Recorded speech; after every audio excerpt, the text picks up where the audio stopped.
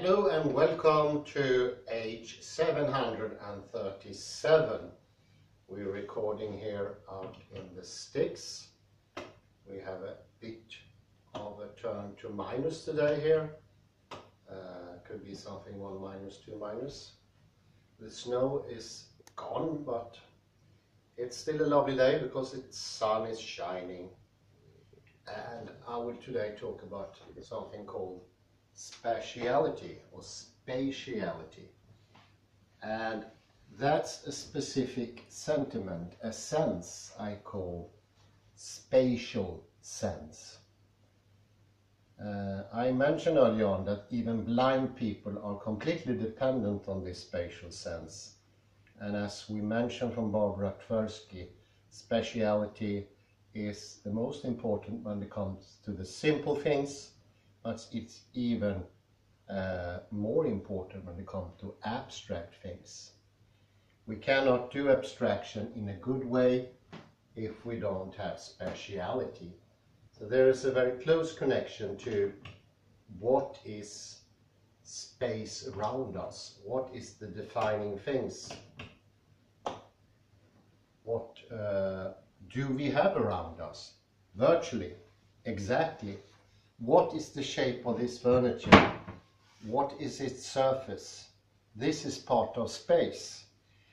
And this flies in the face of the normal idea that everything is empty space, and within that empty space we have objects situated. That is not space. Space is both what's in it and what's not in it. They come together there, and of course it's good old Isaac Newton that is modeling our perceptions, our minds. There is no empty space out there, and actually space is objects mostly, and also the space in between, the relationships, the distances, the parallels, the reference. All those things are properties of space, and to be in reality, to be founded somewhere, that is the space we need to understand, make knowable, you could call it, make it a part of knowledge. I think today most people, for us, we have objects instead of space, and these objects are not transparent, we don't see into them. They are small pieces of meaning and they disturb us. And actually there is a traumatic idea of space. We don't like it. It's the horror vacui that goes all the way back to the ancient Greek. They were traumatized and they started to dislike space. And from that time on, began first at the little scale, small scale, what could you call it, an ongoing trench war against space, which by time became more and more firmly established and more hardened. Some people, for instance, Gnosticism said that space was evil, and they despite everything that had to do with reality, and that led to them even despiting both soul and God in the end. They disappeared because of these reasons. People understood that was a little bit too exaggerated. But in the end, I think that's what happened, that the battle against the ongoing trench war against space became that we today are shutting space out. It's not interesting. It doesn't contain anything that we need, or it's not cause of creativity. On the contrary, we need to block out space to have any sort of creativity. It's boring, it's always the same, homogeneous as Newton implied, and which become even more so these days. An empty, homogeneous non-informative, communicative substance somewhere, like an ether that surrounds us and bothers us. So like Heidegger said, it's not until the things around us starts to malfunction that we even discover them. They come to the fore and make themselves known to us. And then we realize maybe, there is a reality and it bothers me. And then we don't even look at it, we make it to some sort of or defined object. We put it under the lens, we make it to an object for the forehand perception. Not close, very, very far away, in safe distance. It's a little bit, don't get that thing close to me. I want to keep it very, very far from me. Of course, this is a little bit like a traumatized child. This ideology or this current, and somewhere on the line, amnesia is a traumatization. Amnesia is an expression coming from Heidegger, and that's the forgetfulness of what is.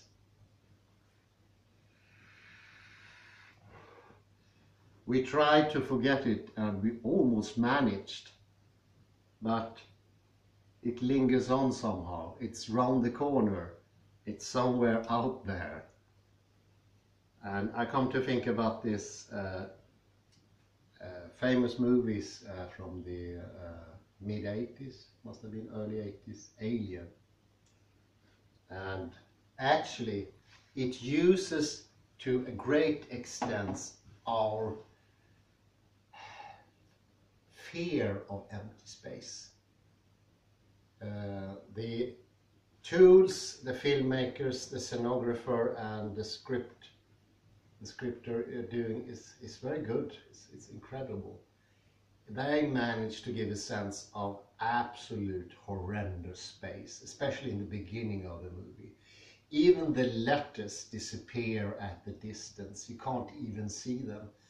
And I remember going to the movie, being there in the studio, even already by the time I saw the rubric for the movie disappeared, got bigger, I got a little bit horror vacui from the whole thing.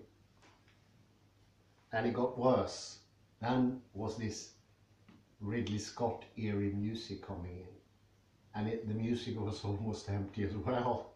It's a tremendous start. As I said, maybe one of the best starts of any movie.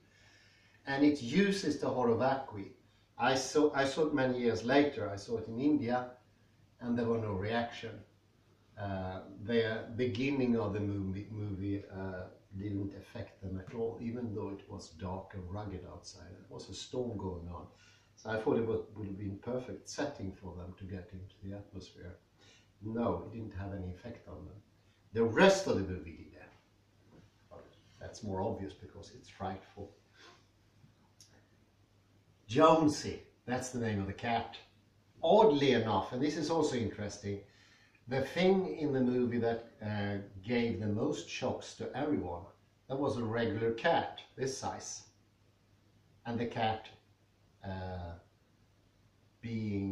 open his mouth and doing a meow. That was the most scary part, actually. So you see here how important is the spatial setting is. It's much more important than frightful effects. So the cat did the trick.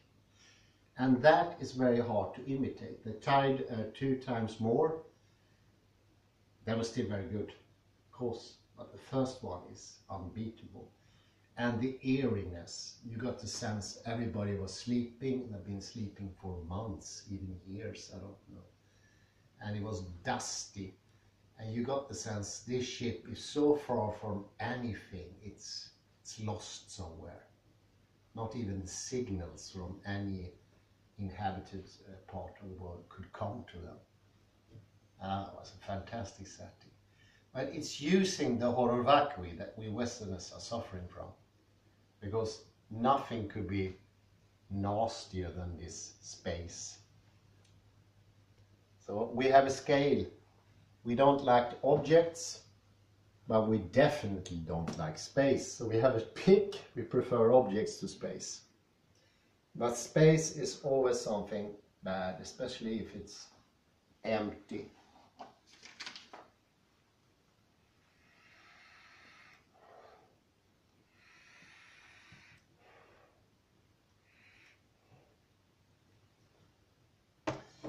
You could possibly compare this to a person that gets affected by a substance, maybe get allergic to dandelions and start hating dandelions, and making a career of exterminating dandelions. Which maybe could be a good thing actually, because I don't like them either, but for other reasons. But you see how it sort of skews our perception of the world. And Heidegger is actually pointing to the whole philosophical history since the Amnesia is about getting rid of the whole the vacuum, the space. The apeiron we talked about a couple of weeks ago. The apeiron, we don't know what it is, we don't want to even name it, but we dislike it before we know what it is. That's a little bit problematic, I'd say. And going into space actually heals us. It's not dangerous, it's actually the savior, because space is not bad at all. There's nothing badness to it. As much as a dandelion is not dangerous if you're not allergic to it. I think very few people are, however. Once you get into liking space and seeing that it contains properties. It's just in the first phase, I would say, that you dislike space and you think it's completely uninteresting, and the whole system tells you, stop this, what are you doing? Space is dangerous. Avoid it. Be like Parmenides. He actually took space out of his philosophy. Everything was a big dense mass. There was no in between. Can you imagine how crowded his world must have been? He must have been stressed out, poor old Parmenides. No, space is actually a healing thing. Space is our original home. And once you're starting to make yourself comfortable in space, you will see this is actually the origin of knowing things, understanding things. Because the amnesia is about getting rid of knowledge, understanding, wisdom, all those things. Socrates had a rather negative view of wisdom because everything was already there. Nothing should be developed, created. No, it had to be already there. And this tendency, I think in the beginning, was just something that the philosophers had. But it's sort of dissipated down in a slow motion. It was very slow, but with the technological revolution, the industrial revolution, it got so much quicker. And then in the end, we all started to abhor space, knowledge. Those things were bad. Everything should have been fixed from the beginning, predetermined somehow.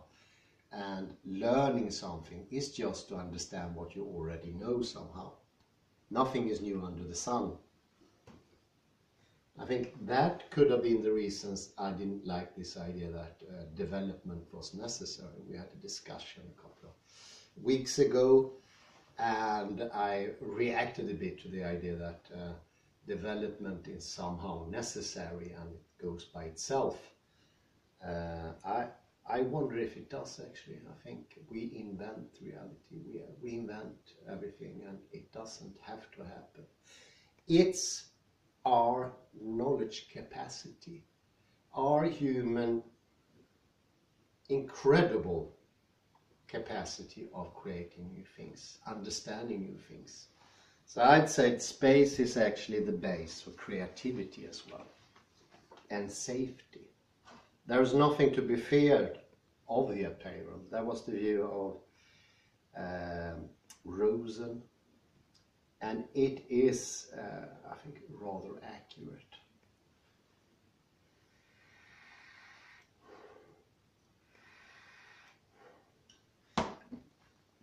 I would combine this. The suggestion the other day of mixing things gave me a blodad tand, as we say in Swedish. I don't know what's in English, but an interest. Taste for more. Taste for more, yeah. It gave me a taste for more. And once I noticed the appreciation of space, it's a bit like appreciating a good wine of some sort. It doesn't come to you in the beginning. And I don't know if you tried really good wines, like a nice Bordeaux or something.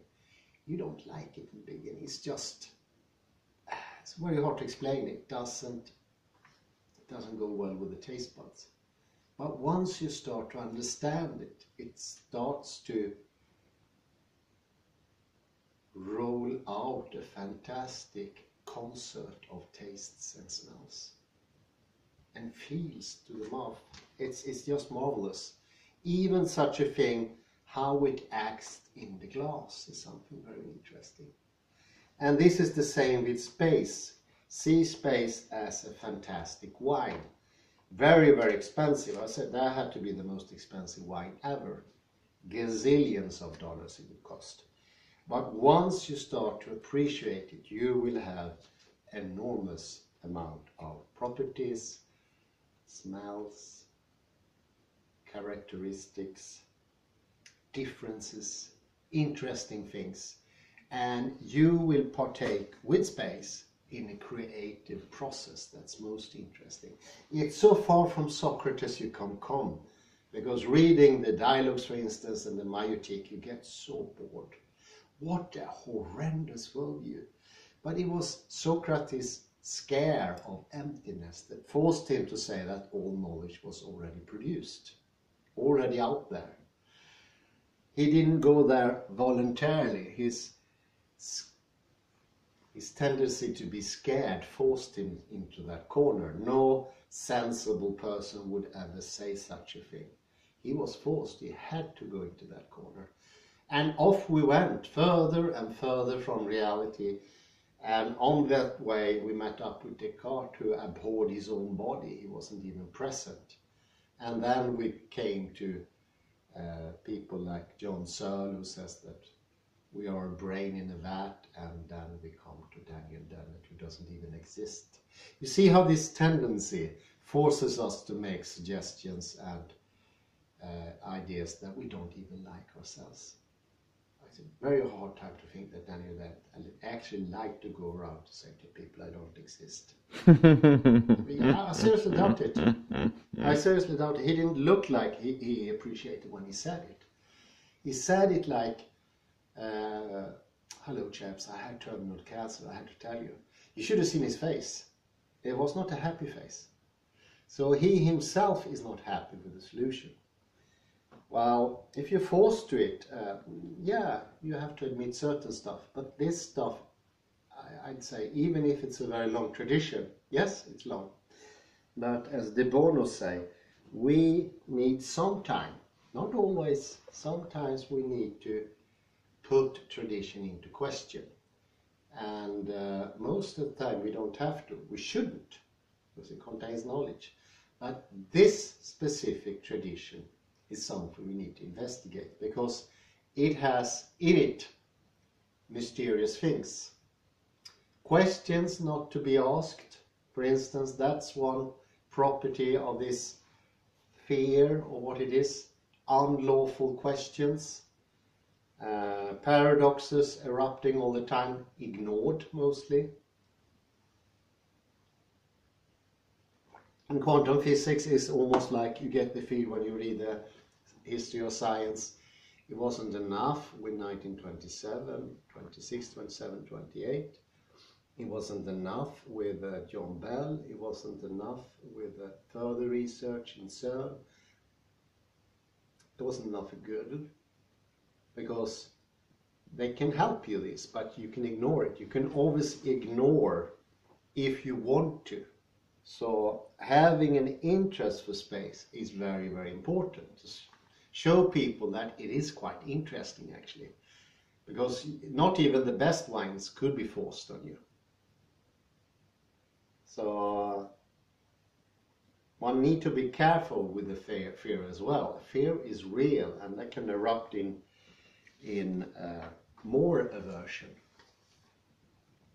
Don't do as a friend of mine did. He took 2 LSD tablets, and it was very fun in the beginning. He was in an empty forest and everything was different, and that's a very nice situation to be in.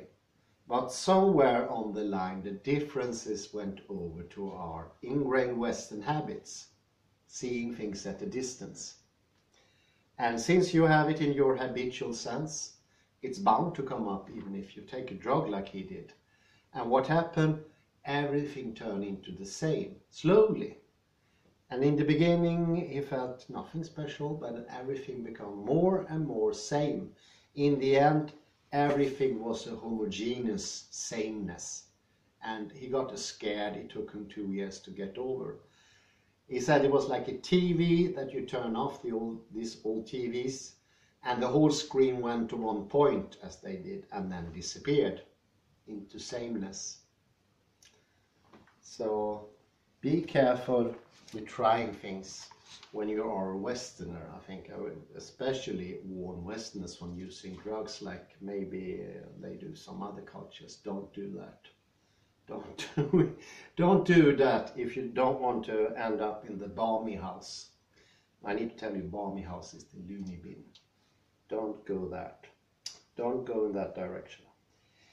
I will actually put this together with thinking in action to make a bit of a challenge to myself. How could I get this together? There are similarities, while they're not any at the beginning. But one thing is, how do I think in action? In the beginning, that feels completely impossible. It feels like something you can't do. It seems unachievable. It seems I have to think first and then I do something. I have to think then and then I do something, and then I have to think and then I do. Do it in that order. Almost like an old lady moving her diaphragm like this. Like this. This is how we Westerners move, actually, usually. We think and then we move, and then we think and then we move. We can't think and move at the same time. And it feels impossible, and that makes it impossible, I'd say. But what we can do is try it out, like trying out space as a connection. Try it out. And there are 2 ways you can go to approach the thing carefully, which you should do. Because if you're going to try it all of a sudden, as I'm going to try thinking in action, I'm quite sure it won't work, because you need to sort of be gentle here and lead yourself into it. What you can do is you train thinking like Alexander did. He trained his thinking. He learned all of Shakespeare, which is not an easy task. You don't have to do that, but do a thinking training. Train up your thinking capacity. And at the same, not the very same time, but sometime else during the day, you train your movement. So you train them separately. Train your movements to become as precise as you possibly can. You're still not thinking in action, but what you do is training your movement. And this is when I get into this rehab phase. What is the current state? Well, we are unable to do at a slow pace. We can't do it slowly. That's typical of T2 and 2. We cannot change initiated actions. That's even more telling. So if I start an action, it's very hard for me. If I decided I should do not, I do stop, I think, you see, and then I initiate the actions, because we take turns with that in Western society. Remember the lady with the diaphragm, one step at a time. And once I initiated the action, it's very hard for me to stop it. Whereas the birds and even the squirrel, I don't think we need to show the birds, they can stop their action anytime.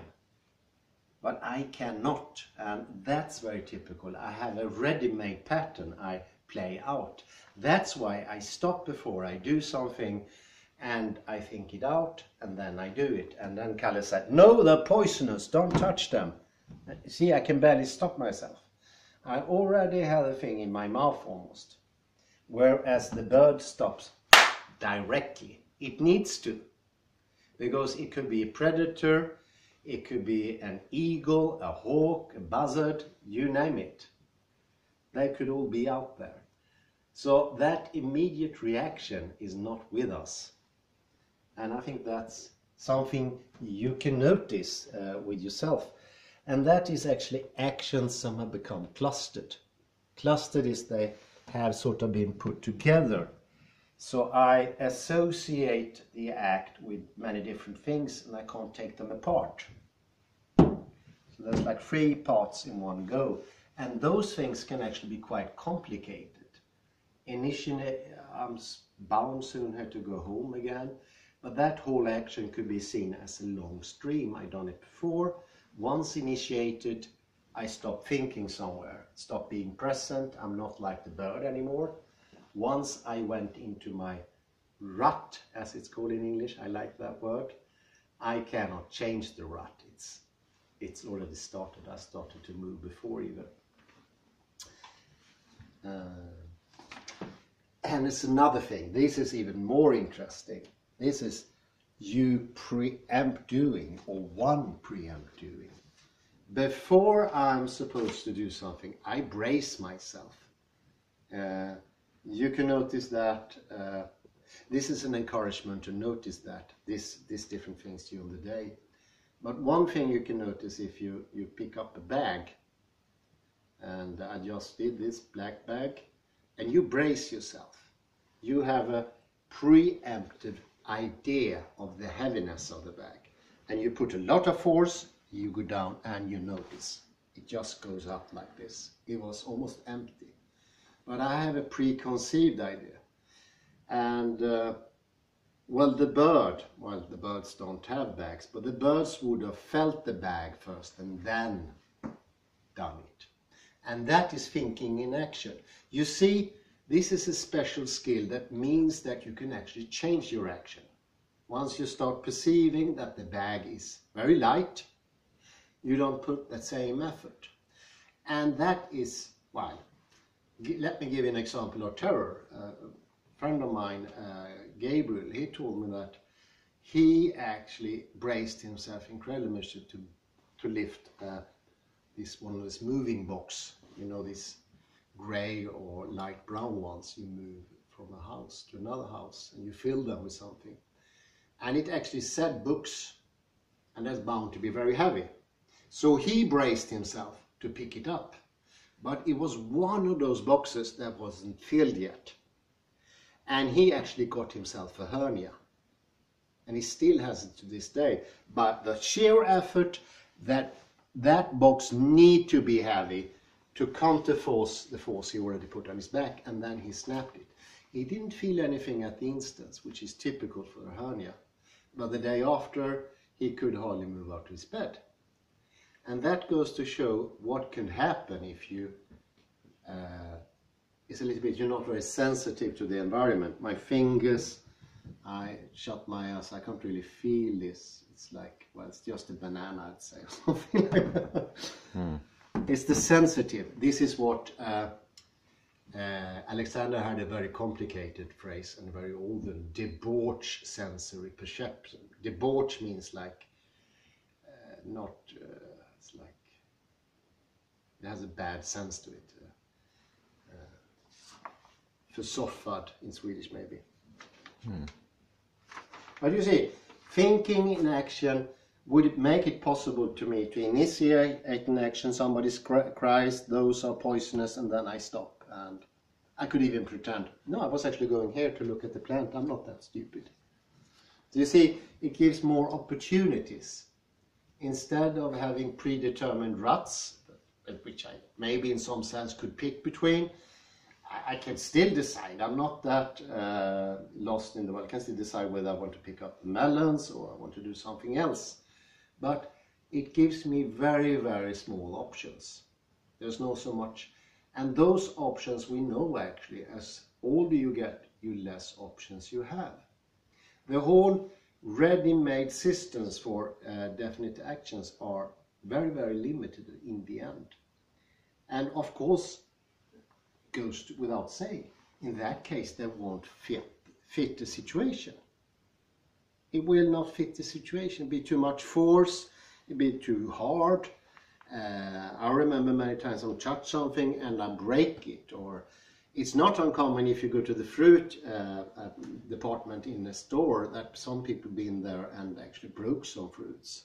They want to feel if they are ready and they break them.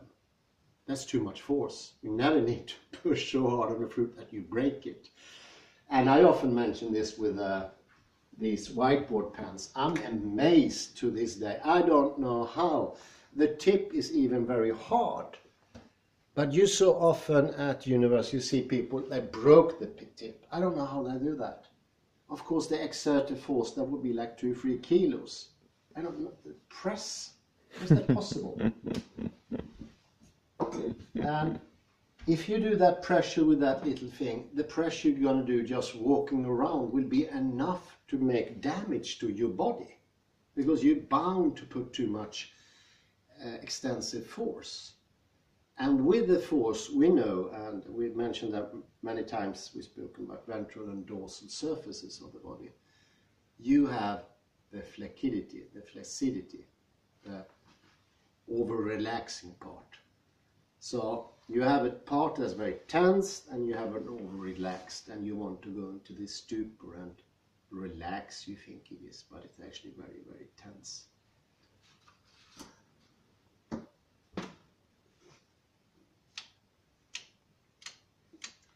So you can actually start that way. You can train the two things at the same time, not exactly at the same day or something, the same week.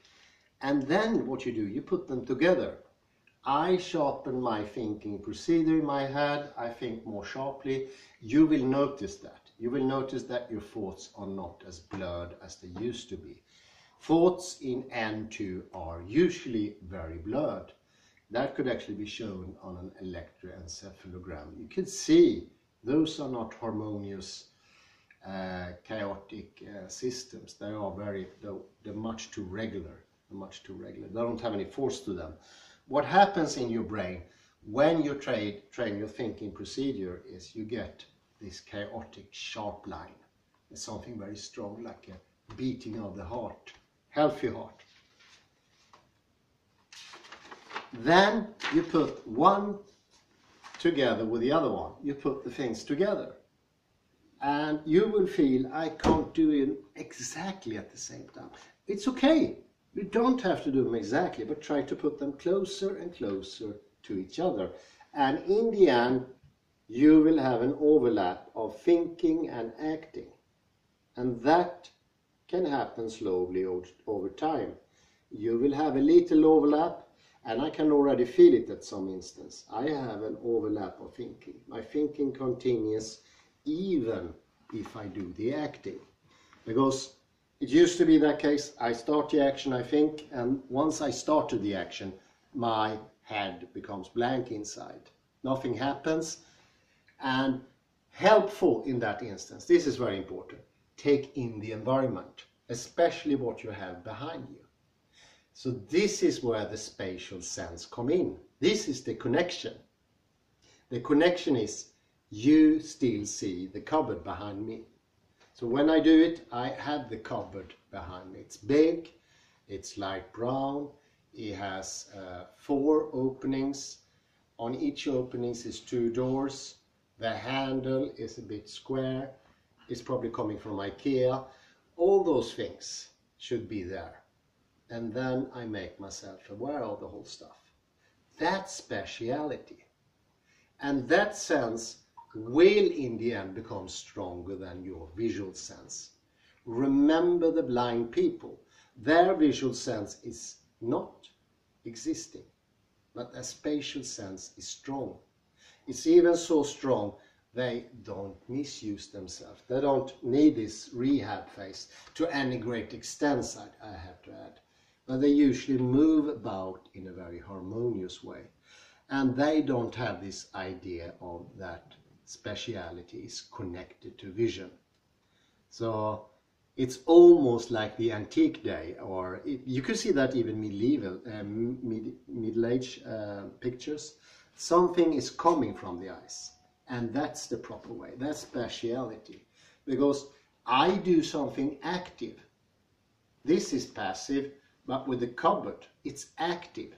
It's my knowing capacity that puts that behind me.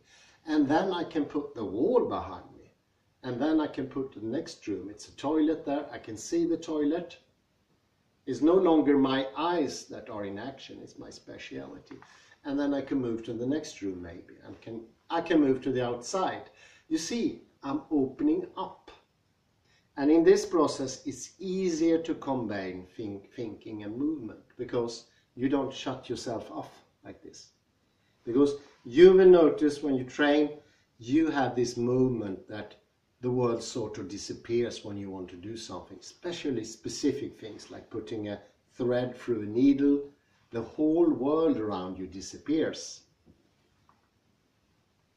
Keep the world a little bit more for each instance, because this is a training thing. And it takes time, but you will develop. I was rather amazed the other day when I listened to something Barbara Tversky said. There's such a huge difference between the taxi drivers in London and ordinary people in London. So that on an electroencephalogram or an MMRI, you can directly see it's a taxi driver. Because to become a taxi driver in London, you need to learn the whole map book. It's this thick. It's one of the biggest cities in the world. And once they learn that, they only become better and better and better. They already started one area, and in the end, you can see it on a brain scanner. That area is big, and that makes so many connections. This could be trained as well. There's no doubt about it. You just need a little patience and try to find the interest in space. And once again, I found a parallel here between the two different subjects. Space is interesting. There's nothing uninteresting about the cupboards behind me. And the more I try to find something interesting, the more it will become interesting. I leave my horror vacui and I started to getting amazed by the world once more.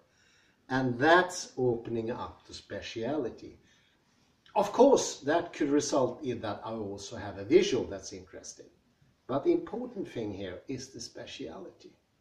Because that's more fundamental. That's reality. That's the blood, that's the meat of the world. It's a little bit like this pathologist who was saying to the newspaper, we will examine the body and I hope I'm going to get to the flesh soon.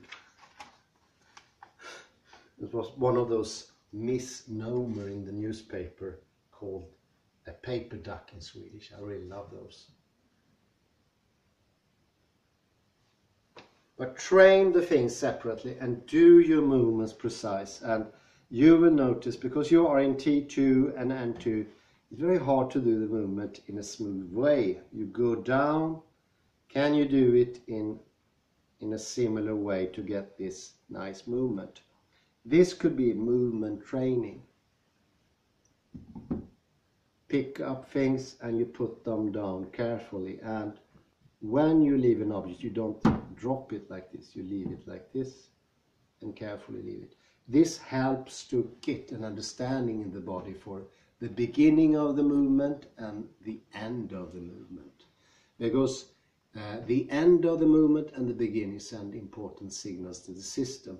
That's actually are quite similar to the postural straightening reflex you get when you're sitting on your sitting bones, or when you feel your feet to the ground.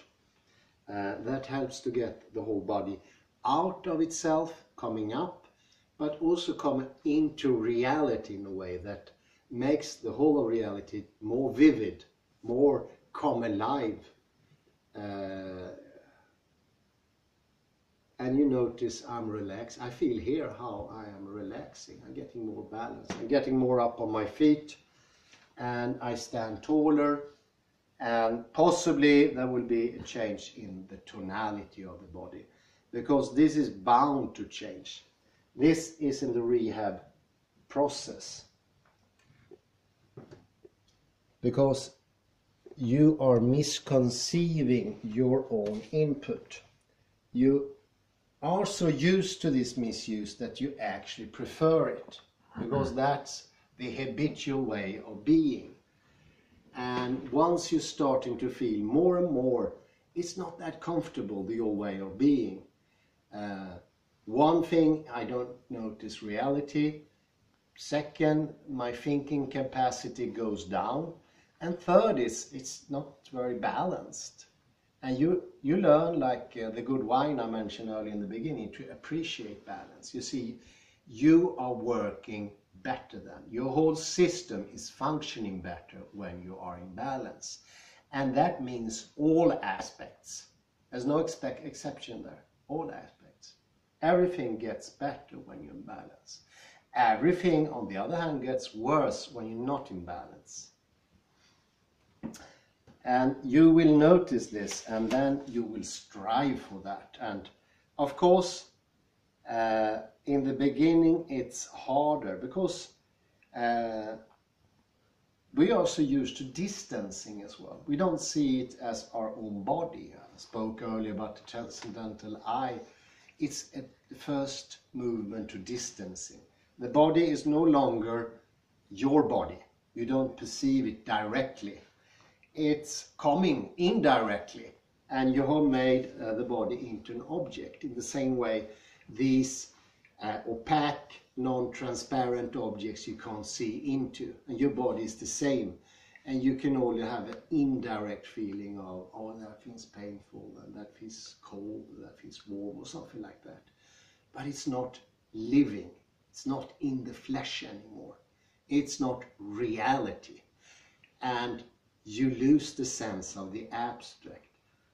I think it's so funny with this misnomers in the newspapers.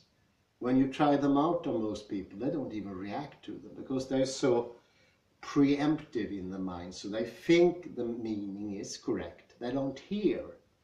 And they think what comes in the end, their own meaning, is actually situated in the sentence. So we don't perceive anymore. Once we get healthier, we start to perceive. We come to reality, and we come to shared reality. That's very important. In these days, we all go in different directions. Not voluntarily, but just because of different habits. And we miss each other, and we pass each other, and we don't understand each other. So you see, it's a whole process involving other people, involving the environment, involving your connection to your body. But it's one common thread here, and that's the distancing. It's a distancing in all these aspects. And I'd say it actually started with the consciousness going up to the head. That's the first distancing tool you ever had. And that happened long ago, but that doesn't mean we could do that, even if it's impossible, to help heal the whole thing once more. And I think that's just about enough. And I say thank you very much, and I wish you a very pleasant afternoon as it is now. Have a good time. Bye bye. Thank you. Thank you.